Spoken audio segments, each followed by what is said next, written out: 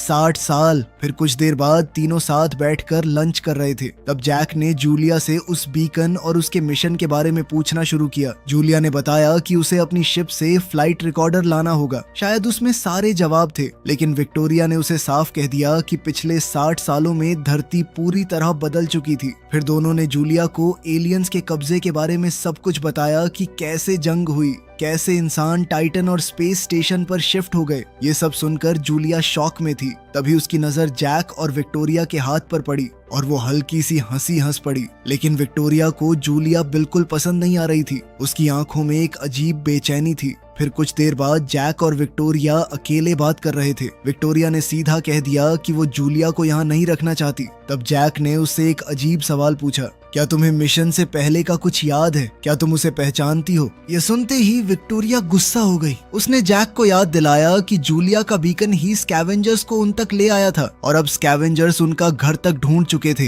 हालात धीरे धीरे और खतरनाक होते जा रहे थे। फिर रात में जूलिया जाग रही थी जब जैक उसके पास आया। जैक ने उसे बताया कि विक्टोरिया उसके बारे में टीईटी को खबर कर देगी और फिर किसी को उसे लेने नीचे भेज दिया जाएगा। लेकिन जूलिया अब भी सिर्फ एक चीज के बारे में सोच रही थी, फ्लाइट रिकॉर्डर। उसका कहना था कि उन दोनों को सच जानने की जरूरत है। आखिरकार जैक उसके साथ क्रैश साइट पर जाने के लिए मान गया। कुछ देर बाद दोनों क्रैश साइट पर पहुंच गए। वहीं विक्टोरिया उन्हें एयरक्राफ्ट के कैमरास से देख रही थी। फिर जैसे ही जूलिया ने तबाह हो चुके पॉड्स देखे तो उसका चेहरा उतर गया। तब जैक ने धीरे से कहा कि वो उन्हें बचा नहीं पाया। उधर विक्टोरिया ने मॉनिटर्स पर किसी को हलचल करते हुए देखा। उसने जैक को चेतावनी देने की कोशिश की, लेकिन तब तक देर हो चुकी थी। जूलिया को आखिरकार फ्लाइट रिकॉर्डर मिल गया था, लेकिन उसी वक्त अचानक स्कैवेंजर्स सामने आ गए। एक स्कैवेंजर ने जैक को जोर से धक्का दिया।